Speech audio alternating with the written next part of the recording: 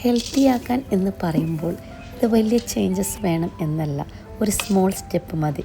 ഇപ്പോൾ ഞാൻ ഉണ്ടാക്കുന്ന ഈ ഓട്സ് ബനാന സ്മൂത്തി പോലെ ഈസിയാണ്, ഫാസ്റ്റാണ്, ബട്ട് ബോഡിയിൽ തരുന്ന ചേഞ്ചസ് അത് വളരെ അടിപൊളിയാണ്. നമ്മളെല്ലാവരും ബിസിയുള്ളവരാണ്. നമുക്ക് വേണ്ടിയിട്ട് ഒരു ഇത്തിരി സമയം ഹെൽത്തി ആയിട്ടിരിക്കാൻ വേണ്ടിയിട്ട് മാറ്റി വെക്കുക. അത് നമ്മളിൽ ഉണ്ടാക്കുന്ന ഡിഫറൻസ് എത്രത്തോളം എന്ന് അനുഭവിച്ചറിയുക കേട്ടോ. ഹെൽത്തി ആവുക എന്ന് പറയുമ്പോൾ ഫുഡ് മാത്രമാണോ?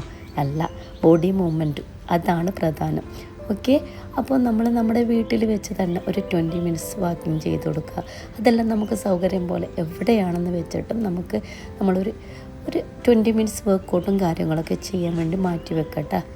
അതല്ല, നിങ്ങളുടെ വീട്ടിൽ വെച്ച് സേഫായി കംഫർട്ടബിളായി നമ്മുടെ കൂടെ എക്സസൈസ് ചെയ്യാൻ റെഡിയാണ് എങ്കിൽ ഈ കാണുന്ന നമ്പറിൽ വാട്സപ്പ് മെസ്സേജ് അയക്കാം കേട്ടോ.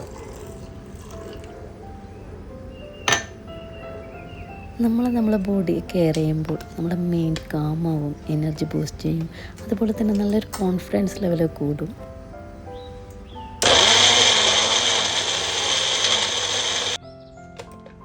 അപ്പോൾ ഇന്ന് തന്നെ തുടങ്ങിയല്ലേ? നമ്മൾ ഇന്ന് തുടങ്ങുന്ന ഒരു കാര്യം നമുക്ക് എന്താവും, നാളെ ഒരു ഹാബിറ്റാകും. അതൊരു മാസത്തിന് ശേഷം നമുക്കത് റൊട്ടീനാകും. പിന്നെ ഒരു വർഷം കഴിഞ്ഞ് കഴിഞ്ഞാൽ നമുക്കതെന്താവും, നമുക്ക് വിട്ടുപിരിയാൻ പറ്റാത്ത വിധം നമ്മളിൽ അലിഞ്ഞു ചേരും.